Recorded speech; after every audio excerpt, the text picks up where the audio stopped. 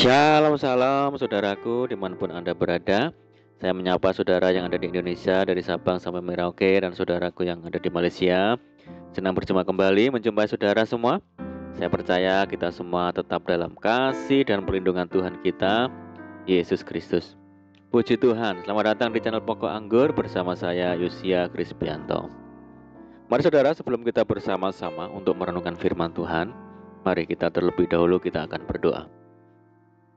Bapa di surga, Bapa yang baik, Bapa di dalam nama Tuhan Yesus, kami bersyukur buat segala kebaikan-Mu hari ini ya Tuhan. Terima kasih buat penyertaan-Mu bagi kami hari ini. Saatnya kami rindu untuk merenungkan firman-Mu, ajar kami ya Tuhan untuk mengerti dan memahami segala kehendak Tuhan bagi kami. Mari ya Tuhan buka rahasia firman-Mu saat ini dan terangi hati kami dengan firman-Mu. Terima kasih Tuhan, ini doa kami di dalam nama Tuhan Yesus Kristus kami berdoa. Amin. Puji Tuhan. Baik saudara, kita akan membaca di dalam Kejadian 39 ayat yang ke-6. Segala miliknya diserahkannya pada kekuasaan Yusuf, dan dengan bantuan Yusuf ia tidak usah lagi mengatur apapun selain dari makanannya sendiri. Saudaraku, jikalau kita perhatikan dan amati, kisah hidup Yusuf sungguh menarik untuk dipelajari dan diteladani. Walaupun mengalami berbagai macam ujian, cobaan, dan penderitaan, baik dari internal keluarganya maupun dari orang lain, Yusuf tidak pernah meresponi keadaannya dengan respon yang negatif, saudara. Yusuf selalu menjalani kehidupan dengan sikap optimis, dengan penyerahan diri yang total, dan selalu berusaha menjaga hidupnya berkenan kepada Tuhan. Dan hal ini menjadikan Yusuf sebagai spesial di mata Tuhan. Hal itu yang menyebabkan Tuhan selalu menyertai Yusuf di sepanjang hidupnya dan menjadi kunci keberhasilan hidup Yusuf. Saudaraku, inilah bukti penyertaan Tuhan terhadap Yusuf sehingga hidupnya berhasil. Tertulis, Tuhan menyertai Yusuf sehingga ia menjadi seorang yang selalu berhasil dalam pekerjaannya. Maka tinggallah ia di rumah tuannya orang Mesir itu. Tuhan menyertai Yusuf dan melimpahkan kasih setianya kepadanya, dan membuat Yusuf kesayangan bagi kepala penjara itu. Dan kepala penjara tidak mencampuri segala yang dipercayakannya kepada Yusuf, karena Tuhan menyertai dia dan apa yang dikerjakannya dibuat Tuhan berhasil. Saya percaya saudara pasti mendapatkan keberhasilan dan mengalami penyertaan Tuhan di sepanjang hidup kita. Untuk mengalaminya kita harus hidup dalam perkenanan Tuhan, saudara. Karena hidup yang berkenan kepada Tuhan adalah pintu menuju segala berkat-berkat Tuhan, yaitu keberhasilan, pemulihan, kesembuhan, dan lain sebagainya. Kita harus menjadi orang percaya yang berkenan kepada Tuhan. Karena hidup berkenan kepada Tuhan menunjukkan bahwa kita sudah benar dalam mengenal Tuhan. Bisa dikatakan bahwa kita sudah berada di jalur yang benar. Dan kita dikatakan orang percaya yang dewasa secara rohani. Apabila kita hidup berkenan kepada Tuhan, Tuhan pasti akan mengarahkan pandangannya kepada kita. Dan apabila perhatian Tuhan tertuju pada kita, apa yang mustahil menjadi mungkin, karena tidak ada perkara yang mustahil bagi Tuhan.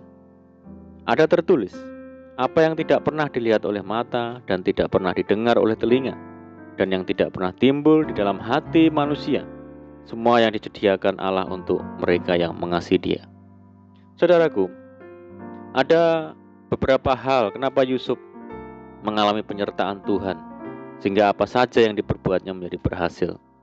Yang pertama adalah memiliki persekutuan yang karib dengan Tuhan. Ketika Firaun mendapatkan mimpi, Yusuf sudah berada di dalam penjara selama 2 tahun lebih.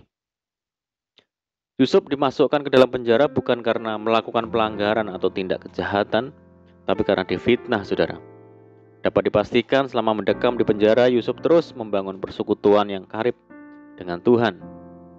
Seorang yang bergaul karib dengan Tuhan pasti akan mengalami tanda-tanda ajaib dari Tuhan, seperti mendapatkan karunia penglihatan, nubuatan, dan lain-lain.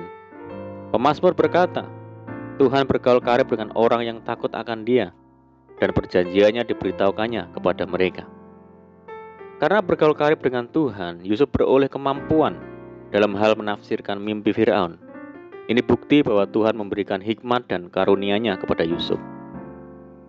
Yang kedua, saudara, berkomitmen menjaga kekudusan hidup. Meskipun terus dirayu oleh istri Potifar, iman Yusuf tidak goyah, saudara. Secara tegas ia menolak bujuk rayu istri tuannya itu. Dengan bantuanku, tuanku itu tidak lagi mengatur apa yang ada di rumah ini, dan ia telah menyerahkan segala miliknya pada kekuasaanku. Bahkan di rumah ini ia tidak lebih besar kuasanya daripadaku, dan tiada yang tidak diserahkannya kepadaku selain daripada engkau, sebab engkau istrinya.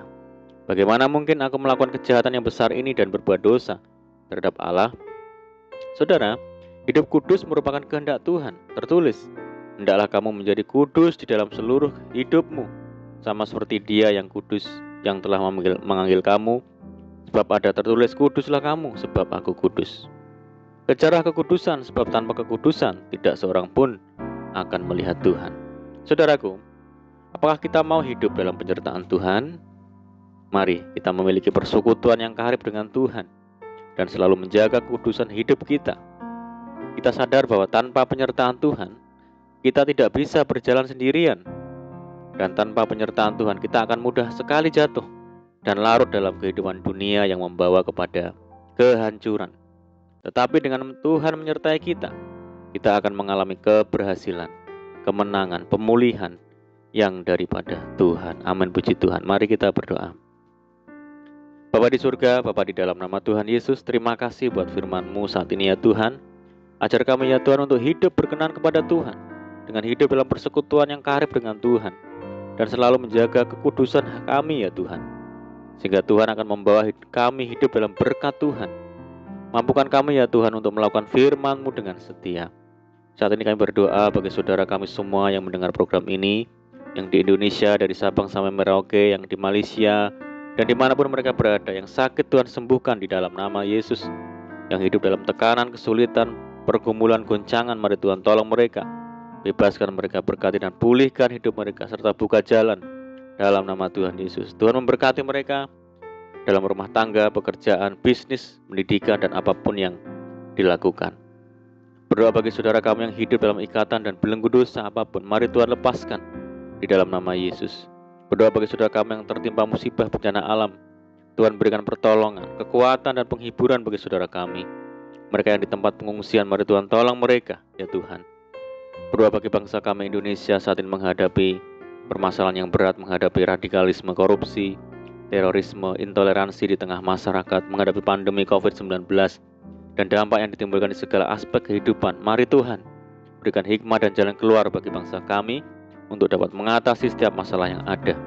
Dan kerinduan kami mohon belas kasihan Tuhan, kiranya pandemi global ini segera berakhir, sehingga kami boleh kembali lagi hidup normal dan menjalankan aktivitas secara normal kembali. Terima kasih Tuhan, ini doa kami percaya Tuhan mendengar seruan doa kami. Di dalam nama Tuhan Yesus kami berdoa, amin. Puji Tuhan, saudaraku, kita sudah berdoa. Saya percaya saat ini kita dikuatkan dan diberkati melalui firman Tuhan. Mari saudara, kita tetap semangat di dalam Tuhan, jangan berputus asa, tetap berdoa, bersuka cita senantiasa, sebab di dalam Tuhan kita sanggup melakukan segala perkara. Selamat malam dan selamat beristirahat. Doa saya menyertai saudara semua. Tuhan Yesus memberkati. Haleluya.